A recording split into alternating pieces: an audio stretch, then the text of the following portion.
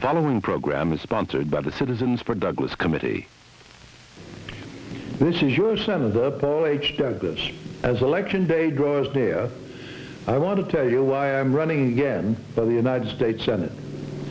I've tried to work for both Illinois and the nation, and to combine attention to local needs with support for the great national issues of our day. The results can be seen in every part of the state. Rend Lake in southern Illinois is a key project under my Area Redevelopment Act. Funds for the Technical Tape Company in Carbondale, the expansion of the Good Luck Glove Factory in Metropolis, and the printing plant at Sparta were the results of that bill too.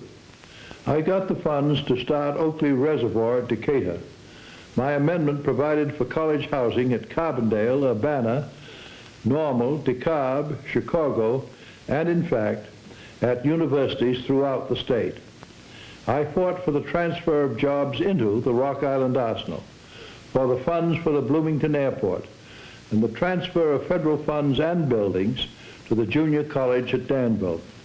My amendments to the Trade Agreements Act have helped to stimulate farm exports from all parts of Illinois and from the great exporting industries in Peoria, East St. Louis, Rockford, Rock Island, and Chicago. I wrote the first slum clearance bill which ever passed the Congress. Its expansion has brought hundreds of millions of dollars into Chicago and into other cities in Illinois.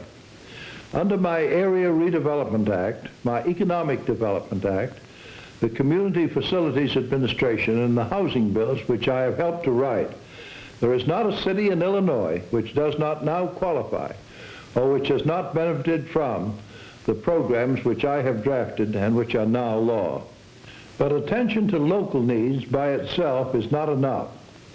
A senator should also be interested in the great national issues, the programs of social reform and social progress, which have made America a better place and which help to make it possible for men and women from all backgrounds and all classes and from all economic groups to be useful citizens and to make constructive contributions to our nation. I am proud to have authored the 1955 Minimum Wage Act, and I drafted, sponsored, or co-sponsored the Voting Rights Bill, tax cuts, Medicare, federal aid to education, Social Security improvements, the excise tax cuts, the air and water pollution control bills, rural electrification, and key provisions of the civil rights laws and the foreign trade acts. I've done some other things too. I fought against waste in the Defense Department, against extravagance in the administrative agencies, and excessive spending by Congress itself, like the new Senate and House office buildings. Moreover, I have tried to live by the code which I have asked of others, and I have made a full and detailed public disclosure of my yearly income and expense. But my eyes are on the rising and not the setting sun. We Democrats have a program for the future, and I have also a personal program. We should end poverty in America.